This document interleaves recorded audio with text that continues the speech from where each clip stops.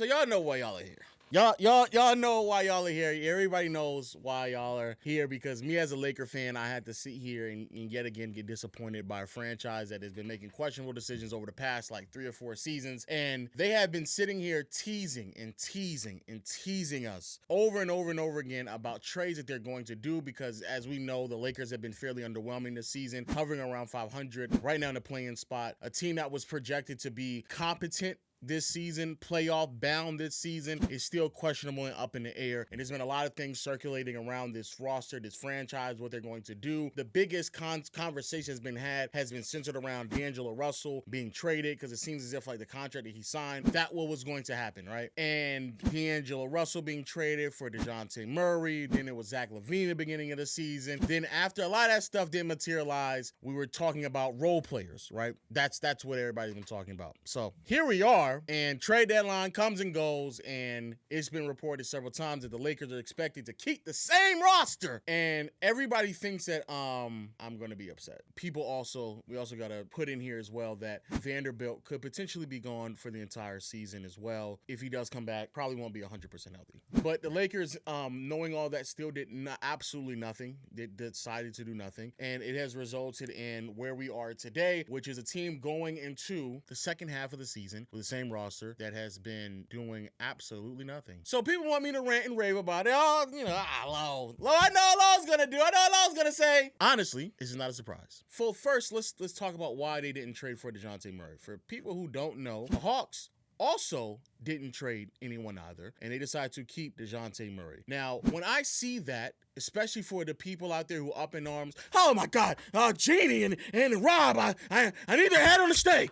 When Dejounte Murray doesn't get traded, even though the Hawks have been looking to trade him, that normally means that other teams are also picking up the phone and calling them and saying, hey, Atlanta, what do you want for Dejounte Murray? And Atlanta on the other line was basically saying way too much because nobody traded him. People keep telling me about, Austin Reeves, he was untouchable. It wasn't that Austin Reeves was untouchable. It's the fact that Atlanta, if they were going to move over Dejounte Murray, they wanted more draft capital. The Lakers could not move more than one draft pick until we get to the off season. So if they want more than one draft pick, then they couldn't do it. Sidebar, no one thought that nigga was worth that. That's the reason why he's still on the team. So the Lakers aren't the only ones. You niggas want the Lakers to basically, bid against themselves every single time we go up to the plate to trade for somebody? No! No one thought that he was worth that. That's why he's still on the team. People wanted the players from Brooklyn. Why? We're trading players for other players. Like, it's a lateral move. D'Angelo Russell was just as good, if not better, than any of the players that we would have gotten from Brooklyn. Granted, maybe better defenders, maybe, but they're still not moving the needle. What about Gabe Vincent? He hasn't played. Why would any team want him? What? Duh.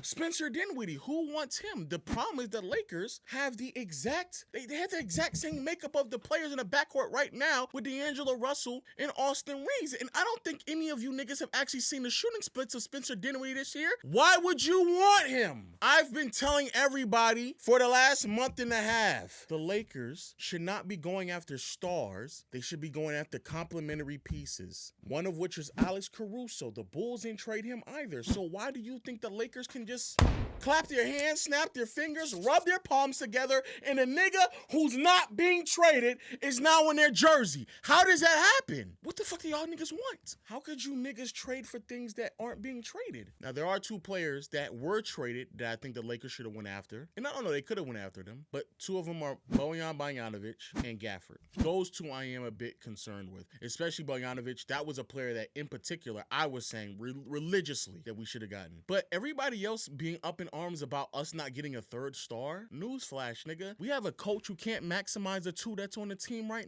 now. Why do you think that getting another one helps that whatsoever? Like, for most of the season, Darvin Ham had a hard time understanding how an offense could be structured around LeBron and AD. Why do you think that that's going to change adding another star to the team? Rob Pelinka says Lakers are looking for a ball-handling guard and then best available player on the buyout market. Rob Pelinka, if this is what you think the Lakers need, fire yourself. hire me. There's no way you're watching the Lakers play and you think that's what the Lakers need. The Lakers need another ball handler when there's 3 already on the roster? Are you serious? Rob, let me do your job for you because apparently you're just not doing it. The Lakers need a point of attack defender, 3-point shooting. That's what the Lakers need. And if you could, a more competent center than Jackson Hayes and Christian Wood. That's what the Lakers need. The same thing that was pieced together 3 or 4 years ago when we won a championship. That's what the Lakers need. Adding another ball handling guard on the roster. But I'm told, this is what I'm told, that the Lakers are not trying to build the roster around LeBron's needs.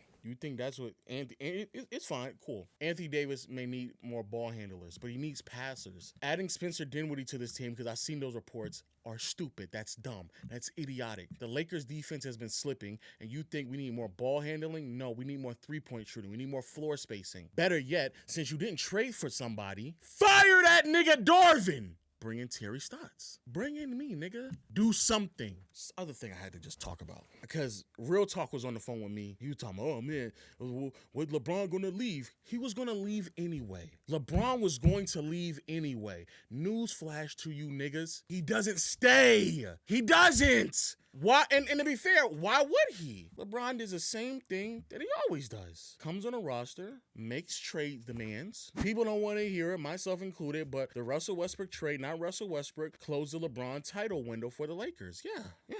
Comes in, makes his demands. The teams do what they want him to do. For the most part, he believes it's supposed to maximize. And then after that, he's done. He doesn't care. He doesn't have any affinity for these teams. It worked for the most part in Miami. I think they left 1 championship on the table, but in Miami it worked because he was playing at peak powers and he was on a team with like 2 other top 15 players in the NBA, so it works. He went to Cleveland. Yeah, it can work there too. But for the people out there who are like, wow, the Lakers just ruined LeBron and no, he did this to himself. LeBron came in, made his demands. The most egregious one is the Russell Westbrook trade, and he will be paying for it for the end of his tenure. The same way that the Lakers had to pay for it. And truth be told, that was the trade. The Russell Westbrook trade was the pin that busted everything. Burst the bubble. And a lot of Laker fans have been in denial about that. But I told you that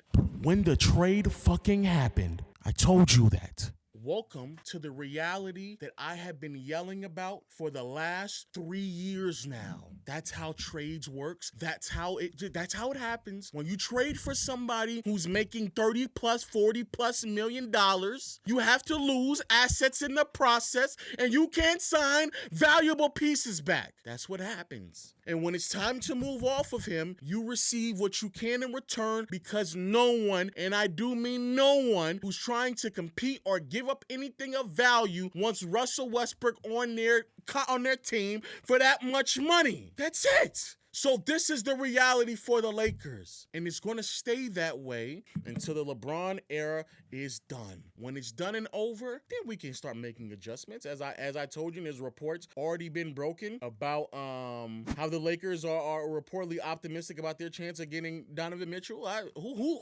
told you that first? We had that conversation like a week ago. I haven't been told you that. I already see it. I see the tea leaves. I'm already here. It's done. Yeah. The Lakers and many other organizations should be looking at other disgruntled stars and trying to figure out how they can purge them and put them on the roster. But the LeBron era, we've been handicapped and handcuffed post that Russell Westbrook trade. The team was already built enough to win a championship. And I'm sorry if LeBron went to the front office and said, hey, I know we just won a championship, but we need to shake a couple of things up here because I'm getting a little older and I need another ball handler. What the front office should have told him is, hey, buckaroo, we had those niggas. You wanted us to trade them. So we can only do what we can do until something else materializes. But you forcing us to do some shit we don't want to do doesn't make any sense. Buddy Hield got traded. Oh, Laker fans. Oh my God. We could have got Buddy. No, we could not have. Well, we could have back a few years ago before we got Russ. Yeah, we could have. But getting him now, no, because the Indiana Pacers did not want to take on a contract. The Indiana Pacers wanted flexibility financially because they have to go into the offseason and sign Pascal Siakam. So no, we don't have an expiring. We only have one draft pick. It was going to be role players at best. As I told you on my main channel video, the best thing for the Lakers was trying to maximize AD and LeBron, not bring in a third star. That made no sense, and it was very unrealistic. The front office decided to side with the player when it came to getting Russell Westbrook. The front office decided to fire Frank Vogel to bring in Darvin Ham. The front office has decided to allow Alex Caruso to walk, Brook Lopez to walk, Julius Randle to walk, prioritize Kyle Kuzma and THT. It was inevitable that this is where we were going to be at. So if LeBron walks for nothing, that tends to how it happens. That's just how it happens. So yes, when you make the decisions that the Lakers have made leading up to where we are today, bro, you're handicapped. There's nothing else that you can do. You don't have that many assets to go after a third star. You just don't. The Hawks wanted so much for Dejounte Murray, nobody traded for him. The Bulls either wanted so much for Alex Caruso or he wasn't on the table that nobody got him. The players that everybody been wanting the Lakers to get for the last 3 months, they weren't traded, my nigga. So how can the Lakers get them if they weren't even available? And if they were available, they were asking so much that nobody could get them. This is just the reality. So I in all honesty, when you make the decisions and you want to do the things you want to do, you have to just accept that this is the reality behind it. That's it. You have to accept the reality of when you make the commitments that you make from a front office standpoint and you're juggling assets left and right, that eventually you're going to run out of them. And when you run out of them, you either do nothing or what you receive in return is so little that it doesn't really move the needle. And I'm pretty sure that's what the front office looked at. Here are our options. We've been talking to teams over the past month, and what we have doesn't really move the needle enough for us to change anything of significance. I believe they should have got Bojan Bogdanovic. I believe that if Daniel Gafford was available as well for the Lakers, they should have got him also. But does that turn the Lakers into a championship caliber roster? No. So the front office, they did what they did over the past couple of years now. It led to a championship. It resulted in questionable years as well. And the front office just basically ran out of options. And when you run out of options, you don't have many moves left to make. You have to just wait until other players get off the books, especially when you weren't willing to make certain moves at the deadline. You wait till they get off the books and you reevaluate in the next upcoming months when you have more draft capital, you have more flexibility financially. That's really it. But for Laker fans to sit here and to believe that the Lakers could have traded for players that were never actually traded because their team was either asking for too much or they weren't available, that's not how that works. Laker players believing that they're supposed to make crazy commitments to role players that are basically lateral moves, so what's the point? The coach has not optimized the roster that's in front of us. The front office has run out of assets. LeBron is getting older. You have Anthony Davis on the contract for a long period of time. Take that and keep it pushing. I wasn't expecting much from the Lakers. I never bought into a third star. Nobody should have ever bought into a third star. I never believed that whatsoever. And I thought it was going to be marginal improvements from role players that might just fit better around LeBron and AD, but that was it. That was it. That was really the only true option. Rob Pelinka on a trade deadline. You can't buy a house that's not for sale.